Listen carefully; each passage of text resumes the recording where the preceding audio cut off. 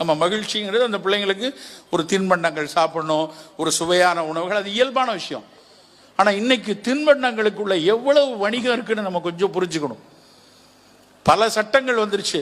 பள்ளிக்கூடத்துக்கு அருகாமையில் குப்பையான உணவுகளை விற்கக்கூடியது வரக்கூடாதுன்னு டெல்லி உயர்நீதிமன்றம், உச்ச நீதிமன்றம்லாம் சொல்லிடுச்சு. ஆனால் இன்னைக்கும் நிறைய இடங்களில் குழந்தைகள் அணுகக்கூடிய அளவிலே அந்த கடைகள் இருக்கு.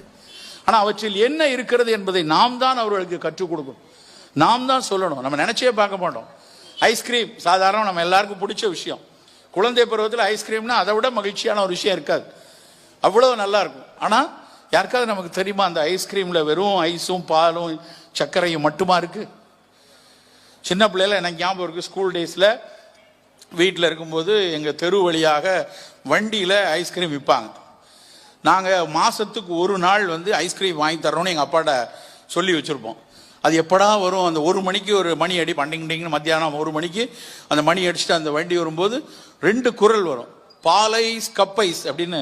பாரமவுண்ட் என்று இங்கே நினைவில் இருக்கிறது. பாரமவுண்ட், பாலைஸ், கப்பைஸ்னு விற்பாங்க. கப்பைஸ்லாம் பணக்கார வீட்டுக்காரர்கள். ஏன்னா அது ஒரு கப்பு 25 பைசா 50 காசு இருக்கும். பாலைஸ் 5 காசு இல்லைன்னா 10 காசு இருக்கும். பாலைஸ் தான் வாங்கி தருவாங்க, அதுதான் முடியும். அந்த பாலைஸை அந்த மாதத்துக்கு ஒரு நாள் என்னைக்கு வரும்னு பார்த்து வேகமாக வாங்கி குடிப்போம்.